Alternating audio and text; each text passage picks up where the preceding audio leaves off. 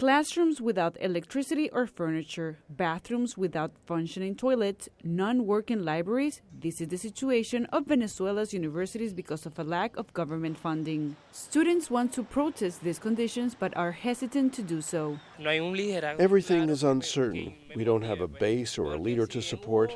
After the last year, nothing motivates me. It's disappointing.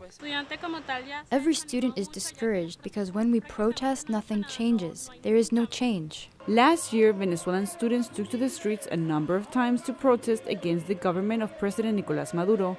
His rule has been challenged by opposition leader Juan Guaidó, who has been recognized as Venezuela's interim president by the United States and more than 50 countries. But Maduro has managed to stay in power despite domestic and international pressure. So as 2020 begins, students see an uncertain political environment.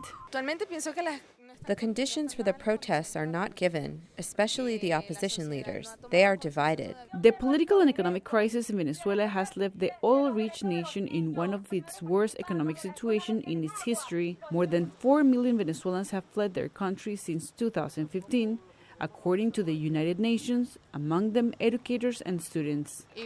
The situation for teachers in the country is really dire. Our salaries is not enough to cover our necessities. It's not only the salary, our schools are deteriorating. Students don't have desks.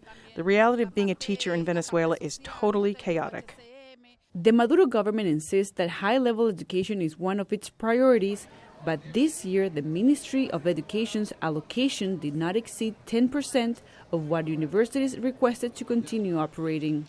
Some students are now decidedly apolitical, saying they no longer identify with either political party. We are living in oppression. If we raise our voice, they call us traitors. No one wants to go to prison. No one wants to be deprived of his or her freedom. We are seeing many injustices right now. Last year, the heads of 11 Venezuelan universities issued a statement saying that 2019 was the most difficult economic and logistical year for universities. Meanwhile, many students are hesitant to demand more, afraid they will be jailed for expressing their discontent. For Adriana Nunez Rabascall in Caracas, Venezuela, Cristina Caicedo Smit, VOA News, Washington.